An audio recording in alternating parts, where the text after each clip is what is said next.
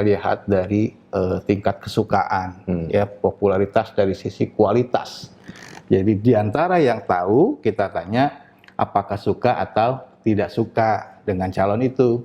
Ini ya kalau di gambar ini di grafik ini warna kuning, ya, yang suka dari yang tahu kepada Andika Perkasa di survei Oktober ini 92%. Ya, kemudian Ahmad Lutfi 85%. Jadi cenderung lebih positif gitu ya. Popularitas dari sisi kualitasnya. Karena itu sedikit juga dia di atas elektabilitasnya di atas Ahmad Lutfi, walaupun tadi sebetulnya tidak signifikan gitu ya. Nah kemudian trennya, ini juga menjelaskan mengapa dalam 1 bulan ada perubahan elektabilitas ya pada pada kedua calon ini.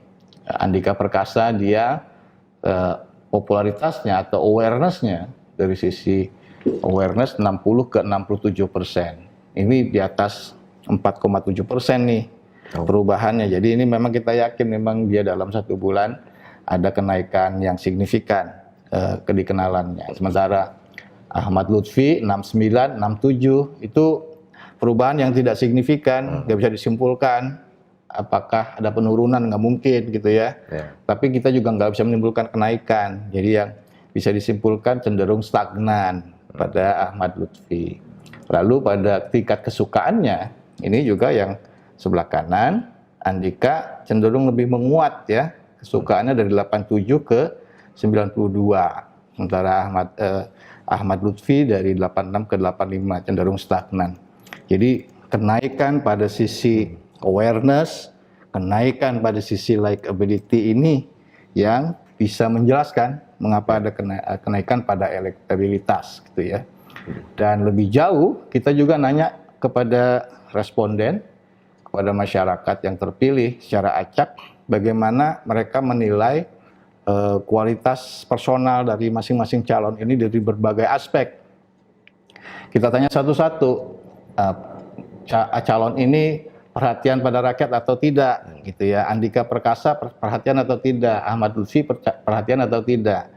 Nah dari sisi perhatian pada rakyat yang mengatakan Andika perhatian 82% dari yang tahu ya, dari yang tahu. Kemudian Ahmad Lutfi 78% dari yang tahu. Jadi sedikit di atas walaupun tidak terlalu jauh gitu ya.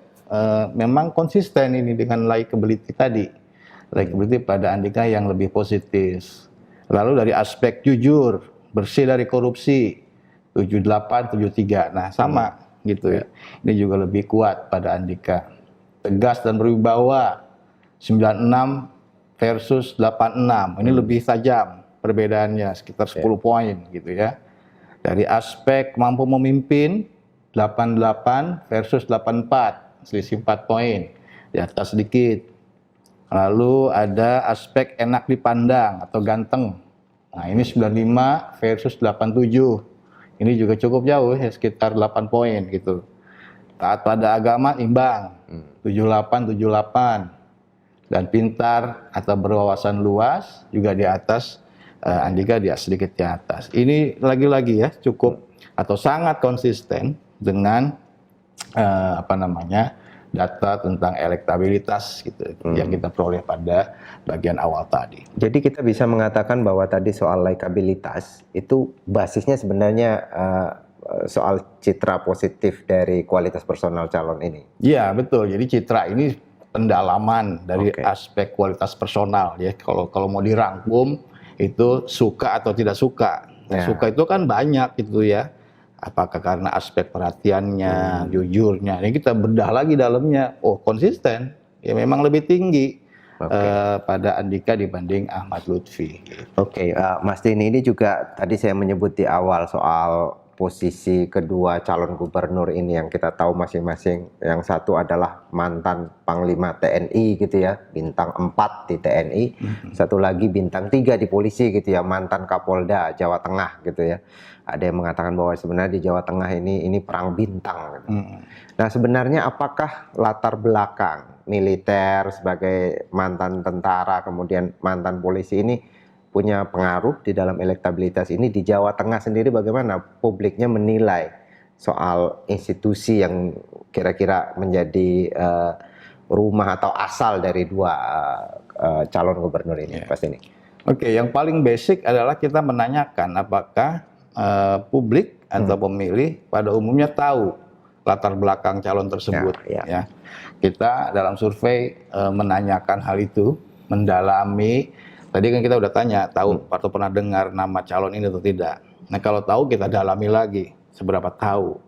Nah kita tanyakan bagi yang tahu itu, tahu atau pernah dengar bahwa Ahmad Lutfi adalah polisi bintang 3 dan mantan Kapolda Jawa Tengah. Nah, dari yang tahu ini mengatakan ada 66%. Dari yang tahu itu 67% tahu, yang juga tahu bahwa Ahmad Lutfi adalah Kapolda 66%. Jadi kalau secara total populasi itu angkanya sekitar 44% yang tahu dia mantan Kapolda. Kemudian pada yang tahu Andika kita juga dalami apakah tahu bahwa Andika adalah TNI bintang 4 dan mantan Panglima TNI. Itu angkanya 87% dari 67.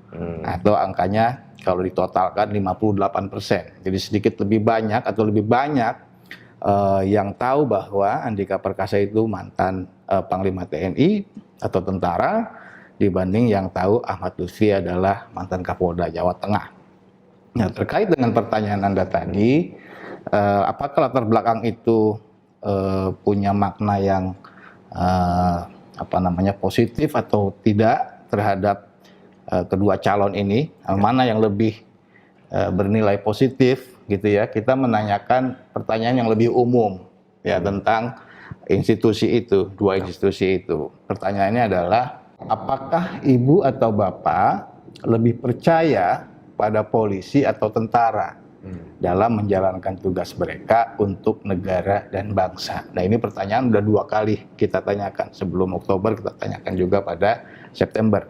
Nah kita dapat angka yang juga konsisten ya, 20 dan 18. Itu kan nggak berubah signifikan tuh, dari 2 kali pengukuran hasilnya konsisten gitu ya, ajak, di mana yang mengatakan bahwa lebih percaya kepada tentara itu 74% pada Oktober ini, itu lebih banyak dibanding yang percaya kepada polisi 18%. Jadi latar belakang institusi kedua calon ini kalau kita lihat dari grafik ini artinya lebih bernilai positif pada Andika Perkasa karena latar belakang dia tentara, dan tentara lebih positif citranya dibanding polisi. Kira-kira begitu.